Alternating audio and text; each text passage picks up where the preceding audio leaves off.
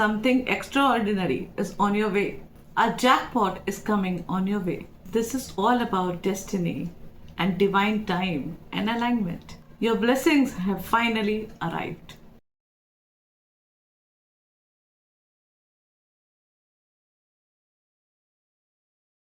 नमः शिवाय, आप सबका स्वागत है आपके अपने चैनल में। तो आज हम बात करेंगे राहु केतु के गोचर का एक्वेरियस साइन में क्या इफेक्ट पड़ेगा। कितनी सारी चीजें मैंने आपको बताई ना कि आपका बेस्ट टाइम आ रहा है, आपका जैकपॉट लगने वाला है, आपके साथ अच्छा होने वाला है। डेफिनेटली आप लोगों के साथ बहुत अच्छा होने वाला है। राहु केतु का गोचर जो है वो आपको बहुत बेनिफिट करेगा। तो राहु केतु का गोचर जो है वो 18 मई 2025 को ऑलरेडी हो चुका है और इसका इफेक्ट जो है वो पूर्ण रूप से हमारी कुंडली में पड़ेगा 29 मई 2025 पे। और हम बात करेंगे कुंभ राशि की। अगर आपकी 11 नंबर में चंद्रमा लिखा हुआ है या आपके लगन चार्ट में 11 नंबर फर्स्ट हाउस में लिखा है तो ये वीडियो आप देख सकते हैं और ये वीडियो आपके लिए है। देखिए, मोस्टली हम लोग है ना जो राशि को देखते हैं वो देखते हैं जब हम 7.5 देखते हैं तो हम राशि को देखते हैं, लेकिन कोई भी प्लैनेट का गोचर होता है जब वो ट्रांजिट में आ रहे होते हैं तो उस वक्त हम राशि को और असेंडेंट को दोनों ही देखते हैं। जैसे फॉर एग्जाम्पल मान लीजिए कि आप जो है एक्वेरियस साइन है, लेकिन आपकी जो लगन कुंडली है, असेंडेंट कुंडली, वो सिंह है। मान उसमें क्या होगा कि 5 नंबर बैठा होगा फर्स्ट हाउस में और 11 नंबर होगा 7th हाउस में, लेकिन 11 नंबर के संग मून लिखा है तो आपकी राशि तो हो गई एक्वेरियस। तो ऐसी सिचुएशन में आप एक्वेरियस साइन को भी देखेंगे और जो सिंह लगन है, सिंह राशि के लिए जो वीडियो बनी है राहु केतु के लिए, आप उसको भी देखेंगे और दोनों को देख के, दोनों को कंबाइन करके उसके अकॉर्डिंग फिर कैलकुलेट करेंगे कि आपकी लाइफ में किस तरीके का इफेक्ट होगा। अगर दोनों के लिए दोनों में पॉजिटिव आ रहा है तो बहुत ही पॉजिटिव है, और अगर एक में नेगेटिव एक में पॉजिटिव है तो आपका मिक्स रिजल्ट आएगा। उसके साथ एक और चीज मैं आप लोगों को कुंभ राशि वालों बताना चाहती हूँ वीडियो स्टार्ट करने से पहले कि देखिए, हम पूरी तरीके से गोचर पे डिपेंड नहीं हो सकते हैं। एक व्यक्ति जब पैदा होता है वो उसका नेटल चार्ट होता है, वो उसके उस वक्त का स्नैपशॉट होता है जो उसकी कुंडली होती है, और उस कुंडली में डिफरेंट योगास बने हुए होते हैं। और वो योगास फलीभूत कब होते हैं, अच्छे या बुरे? वो होते हैं जब दशा अंतरदशा चलती है तो वो एक्टिवेट होते हैं, लेकिन प्रॉपर तरीके से, पूरी तरीके से वो होते तब है जब गोचर हो रहा होता है, मींस ट्रांजिट जब हो रहा होता है। तो ऐसे में कई बार होता है कि ट्रांजिट तो हमारा बहुत अच्छा आया हुआ है, लेकिन हमारी लाइफ में वो पॉजिटिव इफेक्ट नहीं पड़ रहा है, क्योंकि आपकी नेटल चार्ट की जो कुंडली है उसमें प्लैनेटरी पोजीशंस कैसे बैठे हुए हैं उसके ऊपर डिपेंड करता है। इनफैक्ट आपकी कौन सी दशा अंतरदशा चल रही है उसके ऊपर भी बहुत इफेक्ट पड़ता है। एक और एग्जांपल आपको देती हूँ, शायद इस चीज से आप समझ पाए। देखिए, जैसे मान लीजिए कि अभी कुंभ राशि वालों का गोल्डन टाइम, बहुत बढ़िया टाइम है, जैकपॉट टाइम है। जैसे मैंने आपको बताया कि बहुत सारा फायदा होने वाला है, और आपको याद भी होगा कि मैंने आप लोगों को 7.5 की आपकी एक वीडियो है उसमें आपको ये बात बोली थी। ओवरऑल अगर आप देखा जाए तो कुंभ राशि वालों, आप लोग बहुत अब आप बेफिक्र रहिए। काफी टाइम से आप लोगों ने इस चीज का वेट किया है, बहुत सारे दुख झेले भी हैं आपने पिछले 5 साल से। ये देखिएगा कि जितनी जितनी चीजें आपने खो दी है ना, चाहे वो प्रॉपर्टी से रिलेटेड हो, चाहे वो पैसों से रिलेटेड हो, चाहे वो रिलेशनशिप से रिलेटेड हो, चाहे वो मान प्रतिष्ठा हो, आपका प्रोफेशन हो, या हो सकता है कि बहुत टाइम से, पिछले 5 साल से आप कोशिश कर रहे हैं और आपको प्रमोशन नहीं मिल रहा है, आप कहीं ट्रांसफर करना चाहते हैं, आपको वो चीज़ नहीं मिल रही, ये सब चीज़ें होंगी, आपको वो सारी चीज़ें मिलेंगी। जो जो चीज़ें आपसे खोई हैं, जो जो चीजें आपसे गई हैं, आप समझिए कि सूद समेत आपको वापस मिलेगा। बिल्कुल सही है, और यही बात होने वाली है। अब एग्जाम्पल की हम बात कर रहे थे, तो देखिए, अब मैंने बोला कि आपका अच्छा टाइम आ रहा है, आपका गोल्डन टाइम आ रहा है। तो मान लीजिए कि आपका एक पोर्टल जो है वो खुल गया है, और वो एक पोर्टल है जो अबंडेंस देने के लिए खुला है। तो आपको ये नॉलेज है और आपको ये पता चल गया है, ये इंफॉर्मेशन आपको मिल गई है कि your portal has been open that is ready to give you abundance. अब लेकिन वहां तक पहुंचना भी तो आपको होगा, तभी तो वो चीज आपको मिलेगी। जब तक आप वहां पहुंचेंगे नहीं तो कैसे वो चीज मिलेगी? और वो पहुंचाएगा कौन? वो आपकी जो दशा अंतरदशा में जो प्लैनेट्स है ना, वो ही वहां पे पहुंचा के उस जो पोर्टल है उसके साथ लिंक पैदा करेंगे, और फिर जब वो लिंक होगा तब आपको वहां की पॉजिटिविटी मिलेगी। या एक और एग्जांपल मैं आप कोशिश करती हूँ थोड़ा और इजी लैंग्वेज में आपको समझाने की। देखिए, जैसे आप मान लीजिए कि पर्टिकुलर आपको इटली जाना है, इटली एक कंट्री में आपको जाना है, और वहां पे आपके लिए एक अवार्ड फिक्स हो गया है कि आपको पर्टिकुलर ये अवार्ड से सम्मानित किया जाएगा।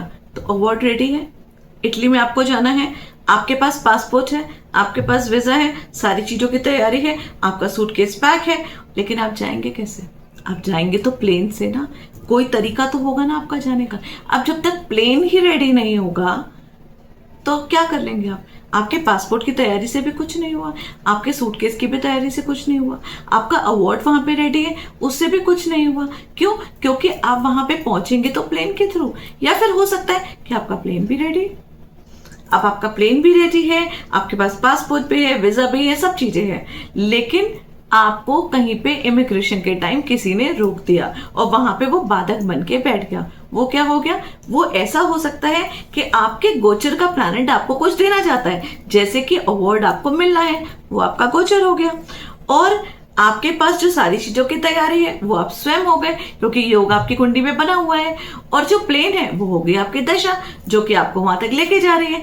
लेकिन इस बीच में कोई एक ऐसा प्लैनेट बैठा हुआ है जो आपकी कुंडली के अगेंस्ट है, मतलब आपका एंटी प्लैनेट है, आपका दुश्मन ग्रह है। तो अब क्या करेंगे? अब दो ही चीज हो सकती है, या तो आप उस चीज को मिस कर देंगे, राइट, या फिर आप उसको थोड़ा सा मनाएंगे, कुछ देंगे, कुछ खिलाएंगे, कुछ पिलाएंगे, कुछ मनाएंगे, कुछ प्यार से मनाएंगे, कैसे भी करके उसको मनाया जाएगा कि वो आपको वो वहां पे चले जाने दे। तो अगर तो वो आपका दोस्त होगा तो वो आपको निकल जाने देगा, अगर वो आपका दुश्मन होगा तो वो वहां पे एक बैरियर की तरह खड़ा हो जाएगा, और अगर वो न्यूट्रल होगा तो उसको थोड़ा सा पुश करना पड़ेगा। तो वो थोड़ा सा जो पुश होता है, थोड़ा सा खिलाना पिलाना होता है, थोड़ी सी चीजें करनी होती है, वही हम रेमेडी के तौर पे करते हैं।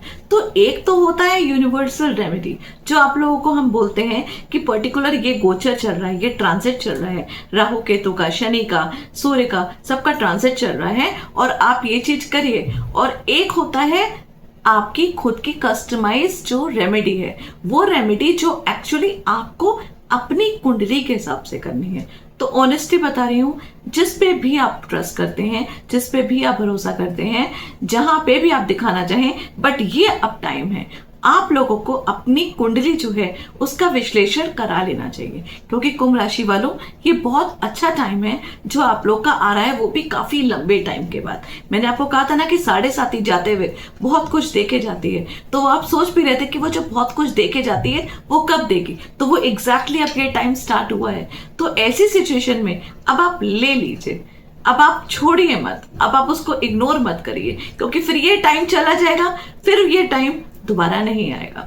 चलिए एनीवेज, अब ज्यादा हम विलंब नहीं करते हैं और अब बात करते हैं कि कुंभ राशि की कुंडली में, कुंभ राशि की लाइफ में ये 18 महीने जो है वो राहु केतु क्या करेंगे। तो सबसे पहले बात कर लेते हैं राहु देव की, जो कि कहाँ पे आ रहे हैं? आपके सर पे, मतलब आपके मुख पे, आपके लगन में। और लगन किस किस चीज का होता है? हम फर्स्ट हाउस से क्या क्या चीजें देखते हैं? फर्स्ट हाउस से हम देखते हैं अपने आप को, अपने व्यक्तित्व को, अपने बात करने के तरीके को, अपनी छवि को, हमारे लुक्स को, हमारे दिमाग को, हम किस तरीके से काम करते हैं उसको भी हम फर्स्ट हाउस से देखते हैं, हमारा क्या नेचर है उसको भी हम फर्स्ट हाउस से देखते हैं, हमारा जो लाइफ डायरेक्शन है, हमारी कोई भी चीज पे क्या अप्रोच है उसको भी हम फर्स्ट हाउस से देखते हैं, हम किसी चीज के बारे में कैसे सोचते हैं उसको भी हम फर्स्ट हाउस से देखते हैं, आपका स्टेमिना क्या होगा, आपका टेम्परमेंट क्या होगा, आपकी पर्सनालिटी ओवरऑल क्या होगी, उसको हम फर्स्ट हाउस से देखते हैं। तभी हम क्या देखते हैं ना कुंडली में कि आपका पर्टिकुलर क्या लगन है, अच्छा आपका नेचर ऐसा होगा, क्योंकि फर्स्ट हाउस मतलब हम स्वयं।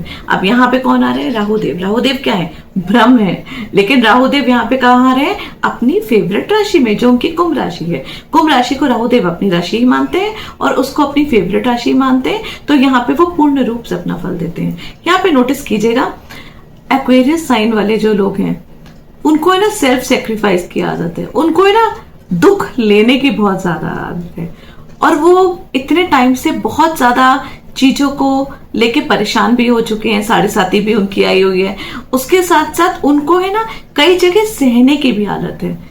आप है ना यहाँ पे आप सह नहीं पा रहे होंगे, यहाँ पे आपका नेचर जो है ना वो काफी चेंज हो गया होगा, क्योंकि जैसे ही राहु देव आएंगे ये कंप्लीटली आपकी विपरीत छवि है।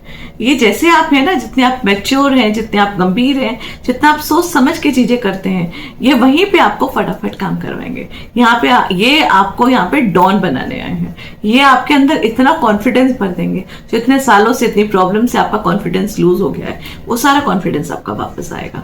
आपके विजन क्लियर होंगे, आपके दिमाग में बहुत, क्योंकि राहुदेव तिगड़मबाज हैं, आपके दिमाग में इतने सारी चीजें आएंगी, इतने सारे सॉल्यूशंस आएंगे चीजों को सॉल्व करने के लिए। आप नई स्कीम्स निकालेंगे। Rahu is new beginning also, और फर्स्ट हाउस में आया तो एक तरीके से समझ लीजिए इतने टाइम के बाद अब फिर से आपका एक दोबारा नया स्टेप स्टार्ट हो रहा है, एक नई चीज आपकी स्टार्ट हो रही है, फिर से एक नया व्यक्तित्व आपका निखर के आएगा, फिर से आप एक खड़े होंगे और लोग अब हैरान होंगे आपको देख के कि हाँ, यहाँ पे अब आप उस तरीके की एक्टिविटी करेंगे जो आपने पहले भी कभी नहीं करी थी। आपने इस टाइम बहुत सारी चीजें देखी कि कितना आप निग्लेक्ट हुए, कितना आप परेशान हुए। इस वक्त राहु देव यहाँ पे आके कोई भी इमोशंस वगैरह पे नहीं जाएंगे, वो किसी की नहीं सुनेंगे, वो सिर्फ आपको कहेंगे कि आपको बस ये करना है, डू और डाई वाली जो सिचुएशन है ना वो ही होगी राहु देव के यहाँ पे आने पे। लेकिन साथ में क्या होगा कि राहु देव यहाँ पे आके जल्दबाजी भी करते हैं, राहु देव आके एकदम से गेन्स करते हैं, राहु देव का पेट नहीं भरता है, और आप भी यहाँ पे ऐसे ही करेंगे। आप अपने काम में, अपनी चीजों में इतने ज्यादा तत्पर हो जाएंगे कि फाइनली एक जिद आपके अंदर आ जाएगी, आपके व्यक्तित्व में, कि आपको एट एनी कॉस्ट ये चीज करनी ही करनी है, आपको यहाँ तक पहुंचना ही पहुंचना है। आपका विजन भी क्लियर होगा, आपकी चीजें भी प्रॉपर सेटल्ड होंगी, हर चीज को प्रॉपर्ली करके, और आप उसको फॉलो कर रहे होंगे। तो एग्जैक्टली आप अब एग्जीक्यूट कर रहे होंगे। यहाँ आपको बोलने की जरूरत नहीं है कि एग्जीक्यूट करने का टाइम है। दूसरी बात आप देखिएगा, आपका व्यक्तित्व भी निखरेगा, क्योंकि जुपिटर भी आपको देख रहे हैं। तो जुपिटर भी आपको देख रहे हैं, राहु देव भी वहां बैठे हैं फर्स्ट हाउस में, तो ये सोचिए कि बहुत अच्छी पोजिशन है। लेकिन साथ साथ क्या होगा, क्योंकि आपके नेचर से थोड़े से विपरीत है ना राहु देव, तो थोड़ा सा काइंड ऑफ सर में दर्द, हेडेक, थोड़ा सर में भारीपन, क्योंकि आप आराम से चीज करना चाहते हैं। आप थोड़ा मैच्योरिटी आपके अंदर बहुत ज्यादा है, आप हर चीज को धैर्य से करते हैं। लेकिन राहु देव को धैर्य से कुछ नहीं करवाना है। राहु देव कहते हैं उठो और करो, अब बस बहुत हो गया, आराम करना, अब आराम करने का नहीं है, अब उठ के सारी चीजें करने का है। तो वहां पे थोड़ा सा जो है वो कंफ्यूजन सा होगा, उस कंफ्यूजन को आपको थोड़ा सा कंट्रोल करके रखना है। आपका दिमाग है ना बहुत तेज चलेगा इस समय, और तेज के साथ साथ गुस्सा भी बहुत ज्यादा आएगा, आपको अपने गुस्से पे भी कंट्रोल करके रखना है। राहुदेव कैसे सोचते हैं? Rahudev out of the box सोचते हैं।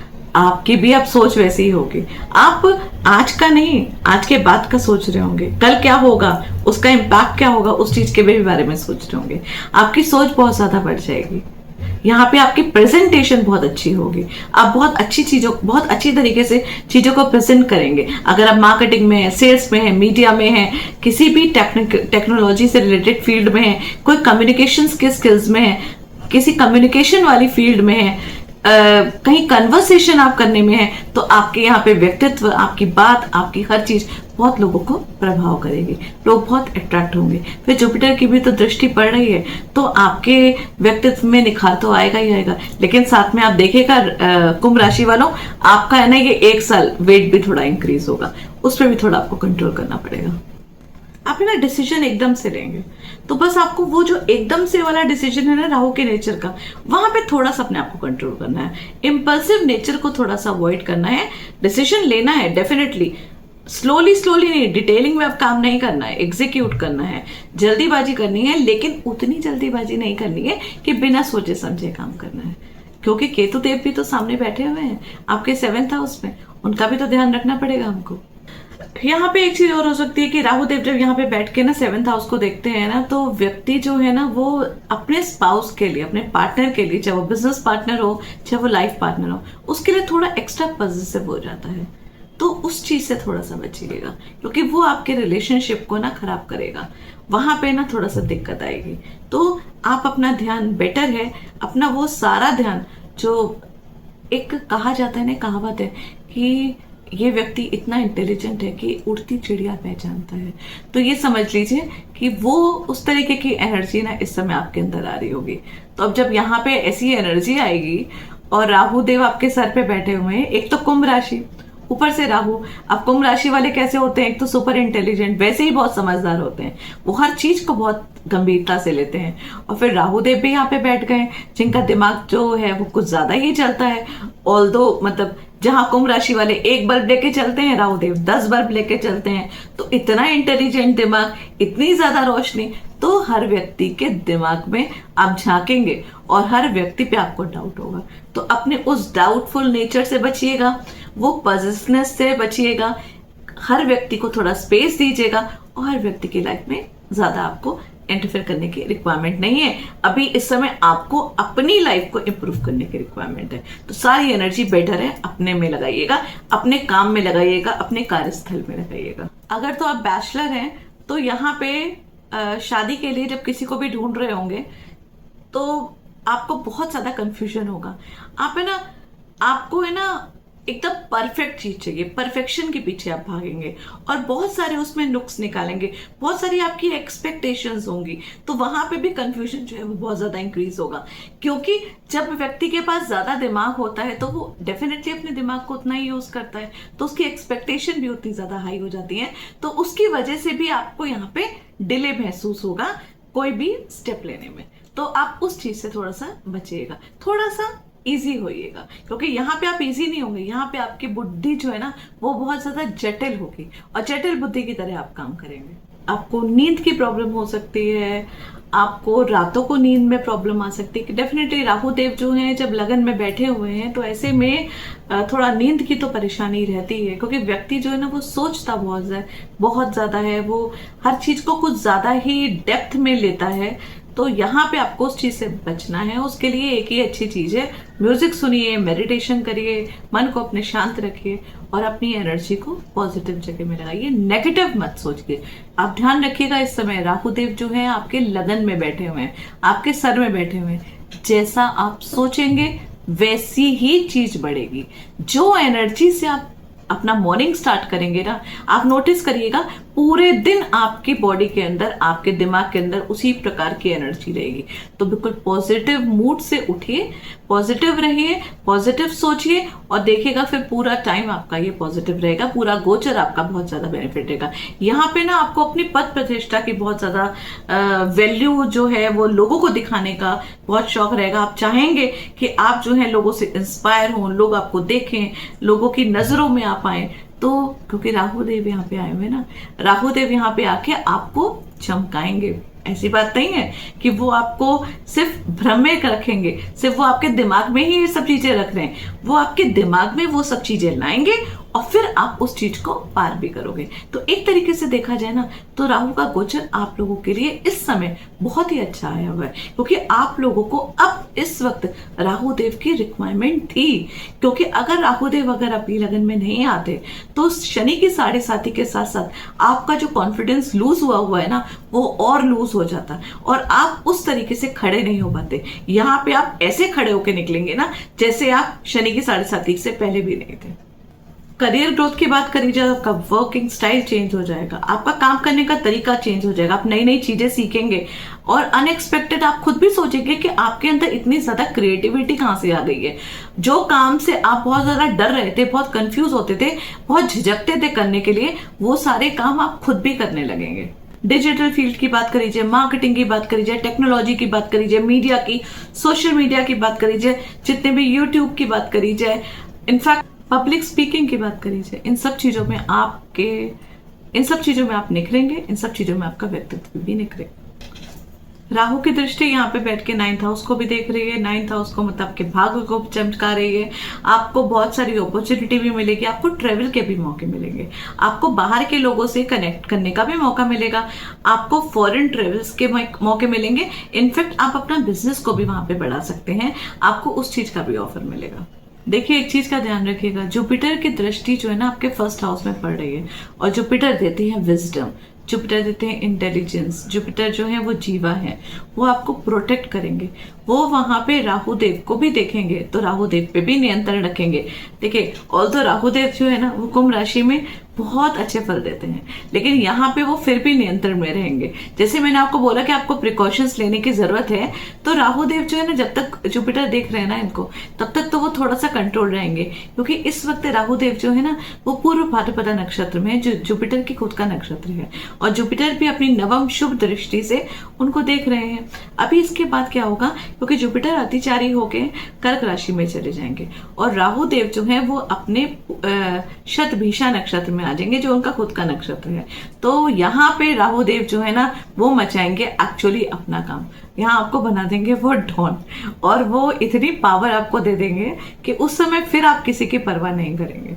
आपको जो करना है वो करना है, और आपके अंदर एक अलग तरीके की एनर्जी बूस्ट होगी, एक अलग तरीके का कॉन्फिडेंस बूस्ट होगा। बस ओवर कॉन्फिडेंस से बचिएगा। वैसे तो आप बहुत समझदार हैं, आपको ये चीज बोलने की मुझे जरूरत नहीं है कि आप ओवर कॉन्फिडेंस मत रखिएगा, क्योंकि आपने बहुत सारी चीजें देख ली हैं लाइफ में, तो आपको अंदाजा है कि किस चीज को, सक्सेस को अपने सर के ऊपर हावी नहीं होने देना है। तो सोचिए, सक्सेस बहुत मिलेगी, पैसा बहुत आएगा, पद प्रतिष्ठा बहुत मिलेगी, बस उसको अपने ऊपर हावी मत होने दीजिएगा, क्योंकि जहां आपने उसको हावी होने दिया, फिर ये है किसकी, कुंभ की राशि है। कुंभ राशि मतलब शनि देव की मूल त्रिकोण राशि है।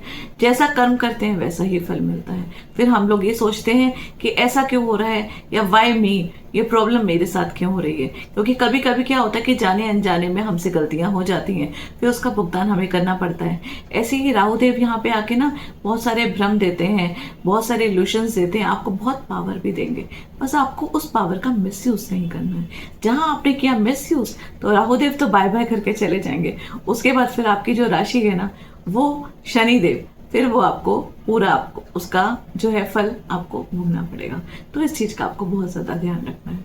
तो टिप्स क्या है आपके राहु के ट्रांजिट की? देखिए, ओवर कॉन्फिडेंस से बचना है आपको, ठीक है, अपनी वाणी पे भी ध्यान रखना है, अपने सक्सेस को अपने सर के ऊपर हावी नहीं होने देना है, और किसी की भी लाइफ में इंटरफेयर नहीं करना है, और आपको पॉजिटिव नहीं होना है अपने पार्टनर के थ्रू, ना अपने लाइफ पार्टनर के थ्रू और ना ही अपने बिजनेस पार्टनर के थ्रू। तो अगर आप ये करेंगे ना, तो राहु का गोचर आपके बहुत काम आएगा, आपको बहुत सक्सेस देने वाला है। तो चलिए बात करते हैं कि केतु का जो गोचर है वो आपके लिए क्या करने वाला है और ये कहाँ पे है। तो जैसे राहु देव का गोचर जो है वो फर्स्ट हाउस में है, तो केतु देव का गोचर जो है वो सेवेंथ हाउस में है। और सेवेंथ हाउस किस चीज का होता है? सेवेंथ हाउस हमारे स्पाउस का होता है, हमारे बिजनेस पार्टनर का होता है, हमारे स्पाउस के नेचर का होता है। सेवेंथ हाउस हमारे कोर्ट केस का भी होता है। सेवेंथ हाउस जो है वो हमारी डेली अर्निंग का होता है। सेवेंथ हाउस हमारे क्लाइंट्स का भी होता है। और यहाँ पे बैठे हुए केतु देव, और वो भी राशि कौन सी है? 5 नंबर की, मतलब सूर्य की राशि। सूर्य और चंद्रमा की राशि में राहु देव और केतु देव बहुत अच्छे फल नहीं देते हैं।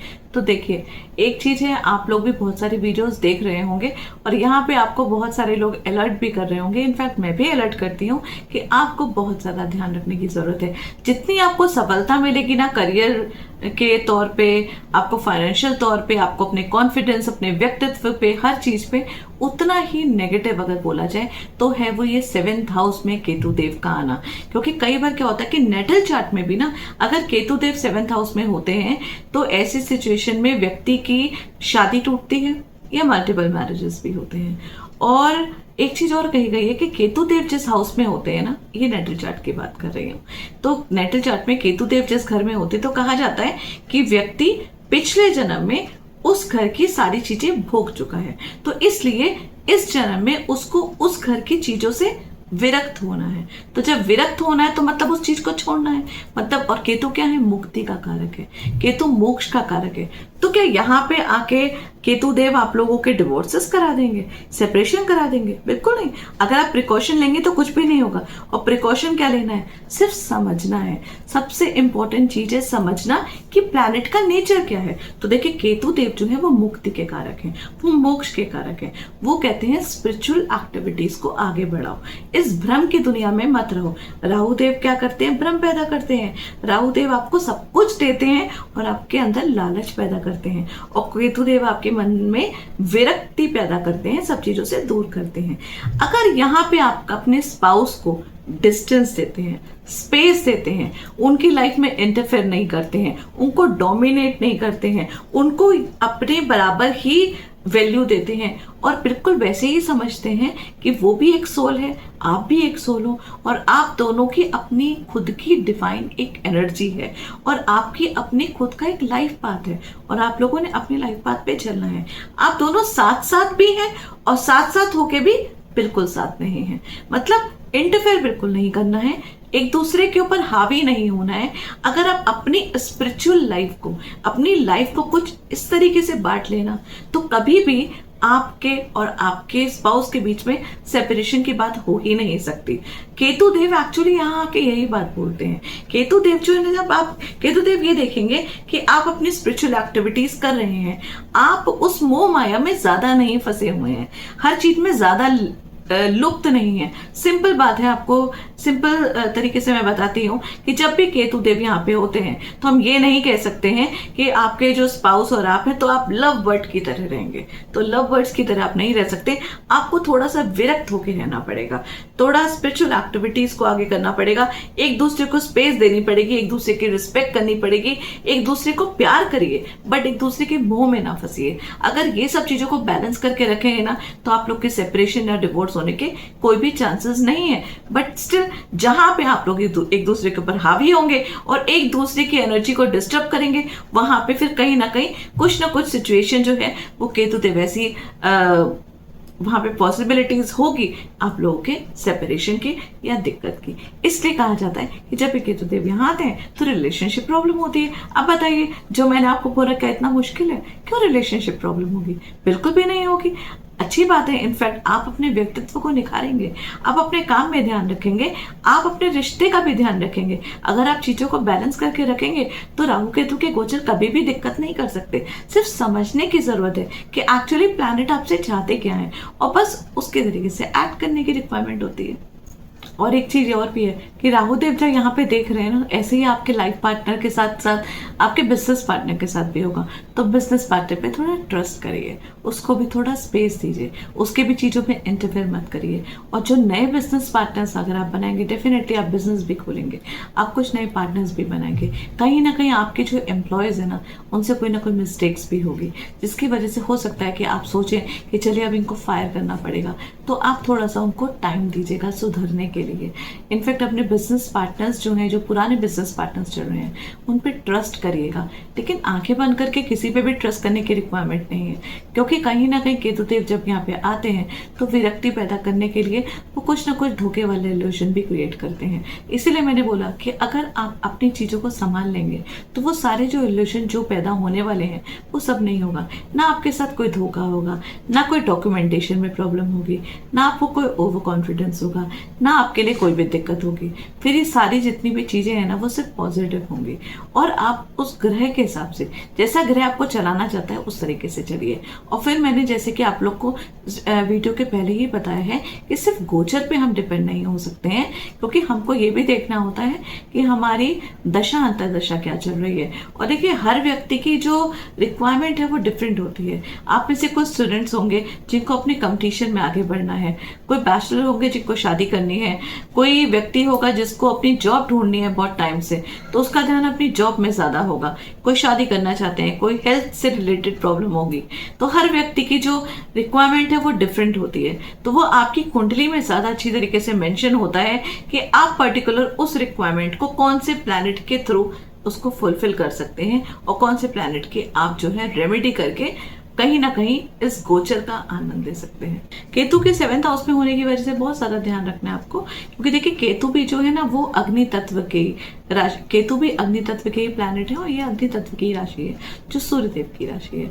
तो यहाँ पे आके ना थोड़ा दिक्कत आती है, यहाँ पे आके गुस्सा भी आता है। और एक चीज और नोटिस कीजिएगा कुंभ राशि वालों, आप लोगों को है ना स्टमक के एकदम नीचे वाले जो हिस्सा है वहां पे कुछ हीट या कुछ एलर्जी टाइप भी हो सकती है। तो ऐसी सिचुएशन में आप लोग है ना अपने घर के कॉर्नर्स में सब जगह नीम के पत्ते जरूर रखिए। और अब तो एक नियम मान लीजिए कि नीम के पत्ते जो 18 महीने ना अपने वॉशरूम में रखिए और उसको अपने नहाने के पानी में डाल के उससे नहाया करिए। वो ब्लड प्योरीफाई करता है, क्योंकि कहीं ना कहीं बॉडी में इचिंग हो गई, जिनकी स्किन बहुत ज्यादा सेंसिटिव है तो उनको एलर्जी भी हो सकती है। तो ये एक हेल्थ इशू जो है केतु के यहाँ पे आने से हो सकता है, उस चीज का आपको ध्यान रखना होगा। देखिए, आपकी 3rd फेज की 7.5 भी चल रही है और यहाँ पे राहु देव जो है फर्स्ट हाउस में भी है। और ये देखिए थर्ड फेज की 7.5 भी आपके लिए बेनिफिट करेगी। लग्नेश जो है आपके जो है वो सैटर्न है, और लग्नेश कहाँ पे बैठ गए हैं? सेकेंड हाउस में। मतलब आप अपने खुद के दिमाग से, जो कि राहु देव वहां पे आके बैठ गए, खुद के दिमाग से, खुद की मेहनत से क्या करेंगे? अपने बैंक बैलेंस को इंक्रीज करेंगे। धीरे धीरे ही चीजें होंगी, क्योंकि शनि देव जो चीजों को धीरे धीरे करते हैं, डिटेलिंग में करते हैं, लेकिन ऑनेस्ट होगी, सही होगी, फ्रूटफुल होगी, आराम से होगी, पर चीजें होंगी। इससे जल्दीबाजी मत करिएगा, किसी भी तरीके का जंप मत करिएगा और इम्पल्सिव बिहेव मत करिएगा, क्योंकि राहु देव जो है वो जल्दीबाजी आपसे कराएंगे और शनि देव जो है वो बहुत धीरे धीरे रहेंगे। तो कई बार हो सकता है कि आपको लगे शुरू के 5-6 महीने तक आपको लगे मैं मेहनत तो बहुत कर रहा हूँ, लेकिन मुझे वो रिजल्ट नहीं मिल रहा है, या रिजल्ट तो मिल रहा है बट मुझे उतने पैसे नहीं मिल रहे हैं जितने पैसे मुझे मिलने चाहिए। ये सिचुएशन कहीं पे भी हो सकती है, आपके बिजनेस में भी हो सकती है, आपके जॉब प्रोफाइल में भी हो सकती है, लेकिन आप बस पेशेंस रखिएगा, क्योंकि शनि देव यहाँ पे आपके साथ प्रॉपर न्याय करेंगे। वो सेकेंड हाउस में बैठे हुए हैं, वो छान रहे हैं। वो जब भी आप कुछ देते हो ना तो छांटते हैं, और छांटने के बाद जितना गोल्ड होता है उसको इकट्ठा करके वहां पे एक्यूमुलेट कर लेते हैं। और राहु देव तो यहाँ पे बस दिए जाएंगे, दिए जाएंगे। वो देते समय ये नहीं देख रहे हैं कि आपको वो क्या दे रहे हैं, वो कंकड़ दे रहे हैं, वो पैसे दे रहे हैं, वो डॉलर्स दे रहे हैं, वो गोल्ड दे रहे हैं, डायमंड दे रहे हैं, वो राहु देव नहीं देखते। लेकिन शनि देव जो है वो इकट्ठा करते समय बहुत कुछ देखते हैं। तो आप अपने कर्म को ध्यान रखिएगा, तो राहु देव की जो मेहनत है और शनि देव की जो एक्यूमुलेशन है, दोनों चीजों में जो है वो एक तरीके का बैलेंस होगा। और जैसे केतु देव वहां पे बैठे हुए हैं, अगर आप कहीं भी पॉजिटिव नहीं होंगे, मेडिटेशन करेंगे, साधना करेंगे, पेशेंस रखेंगे, और जैसे मैंने आपको बताया कि सब लोगों के साथ थोड़ा सा डिस्टेंस मेंटेन करके रखेंगे, तो ये केतु का गोचर भी आपके लिए बहुत फ्रूटफुल होगा, बहुत बेनिफिट करेगा। एक और सही तरीके से बोला जाए ना कुंभ राशि वालों, तो आप लोगों के लिए ना ये टाइम एक नया चैप्टर खोलने का है।